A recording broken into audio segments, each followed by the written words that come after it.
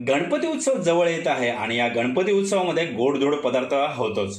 आता अशा या घाई गडबडीमध्ये नेमका कोणता पदार्थ बनवायचा हा सर्वात मोठा प्रश्न असतो.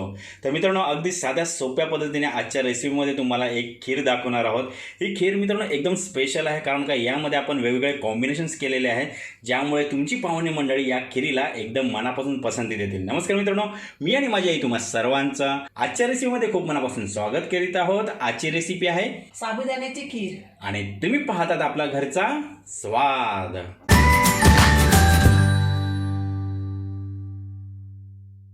तर पाहूयात आजच्या रेसिपीसाठी आपल्याजवळ नेमकं काय काय साहित्य येते. इथे मी दूध घेतलेलं आहे, साबुदाणा घेतलेला आहे, त्याला अर्धा तास भिजवून घेतलेला आहे, ओल्या नारळाचा किस, साखर, कच्ची गव्हाची शेव आहे, घरचं साजूक तूप, चारोली, केसर, काजूचे काप, पिस्त्याचे काप आणि ही हिरवी वेलची आणि जायफळची पूड. मित्रांनो, या सर्व साहित्यांचे प्रमाण आपल्या डिस्क्रिप्शन बॉक्समध्ये मेन्शन केले. आता पटकन आपण कृतीला सुरुवात करूया. सर्वात पहिल्यांदा आपल्याला शेव आणि सुका मेवा आहे ना तो भाजून घ्यायचा आहे. तर आपण पहिल्यांदा गॅस पेटूया आणि गॅस आहे ना स्लोच ठेवायचा आपल्याला. तर यामध्ये आपण 1 चमचा साजूक तूप घालूया. तूप आपला हलकंसं गरम झालेलं आहे, तर यामध्ये आपण शेव घालूया, परतून घेऊया.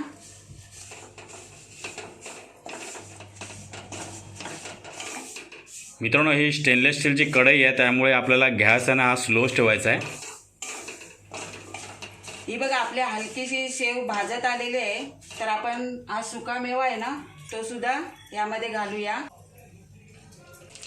परतून घेऊया. परतून झाल्याच्या नंतर यामध्ये आपण दूध घालूया.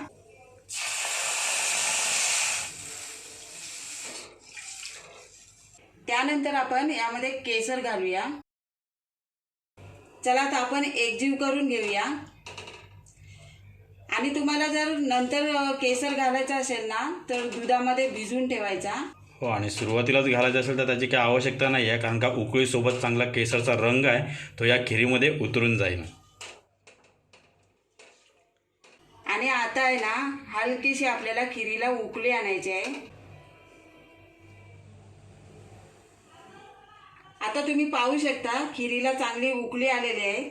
तर आपण यामध्ये साबुदाणा आहे ना तो घालूया.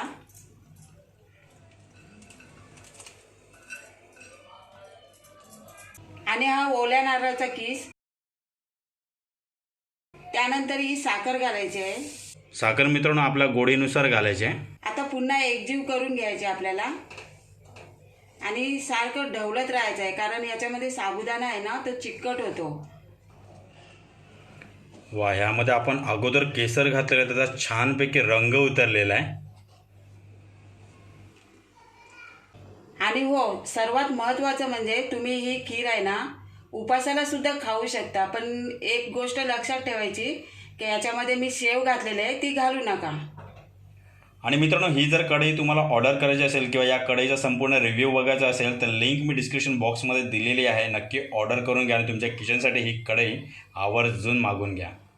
हे बघा, साधारण आपल्याला 10 मिनिटं ढवळत असं शिजून घ्यायचं आहे. हो, पण संपूर्ण प्रोसेस होईपर्यंत गॅस हा स्लोच असला पाहिजे. आता कोणतेही इन्व्हेस्टमेंट न करता कमवा लाखो रुपये, तेही घर बसल्या. त्यासाठी प्ले स्टोअरमधून मिशो ॲप डाउनलोड करून त्यात तुमची डिटेल फुलफिल करून घ्या. तुमचा OTP व्हेरीफाय झाल्याच्या नंतर तुम्हाला या ॲपमध्ये menswear, ladieswear, kurtis, ornament, home furnish अशा बऱ्याच गोष्टी पाहायला मिळतील. त्या तुम्ही घर बसल्या सेल करू शकता. सेल करण्यासाठी तुम्ही फेसबुक, इंस्टाग्राम आणि व्हॉट्सअपची हेल्प सुद्धा घेऊ शकता. प्रोडक्ट सेल झाल्याच्या नंतर हे प्रोडक्ट स्वतः कंपनी तुमच्या कस्टमर पर्यंत पोहोचवेल. सेफ बिझनेस आहे आणि इझी अर्निंग आहे. हे ॲप डाउनलोड करण्यासाठी लिंक मी डिस्क्रिप्शन बॉक्समध्ये दिलेली आहे आणि सोबत हा माझा रेफरल कोड आहे. हा जर तुम्ही यूज केला तर तुम्हाला एक्स्ट्रा डिस्काउंट सुद्धा मिळेल. थँक्यू. ही बघा, मी खीर आहे ना 10 मिनिटं शिजून घेतलेले आहे आणि साबुदाणा देखील शिजत आलेला आहे. तर आता आपण काय करूया, ह्याच्यामध्ये हिरवी वेलची आणि जायफळची पावडर आहे ना ती घालूया आणि पुन्हा एकदा एकजीव करून घ्यायचा आपल्याला. आता आपल्याला शेवटचे 5 मिनिटं शिजून घ्यायचे आहे आणि त्याच्यानंतर आपली खीर सुद्धा तयार होईल आणि साबुदाणा देखील शिजून निघेल. क्या बात आहे. म्हणजे आपल्याला आता फक्त 5 मिनिटच वेट करायचं आहे ना. हो.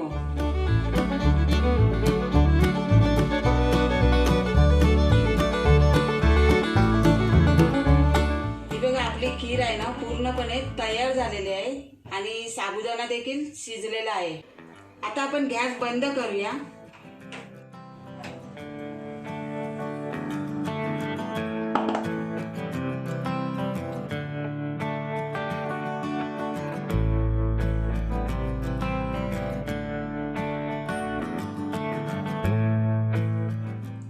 हो जबरदस्त.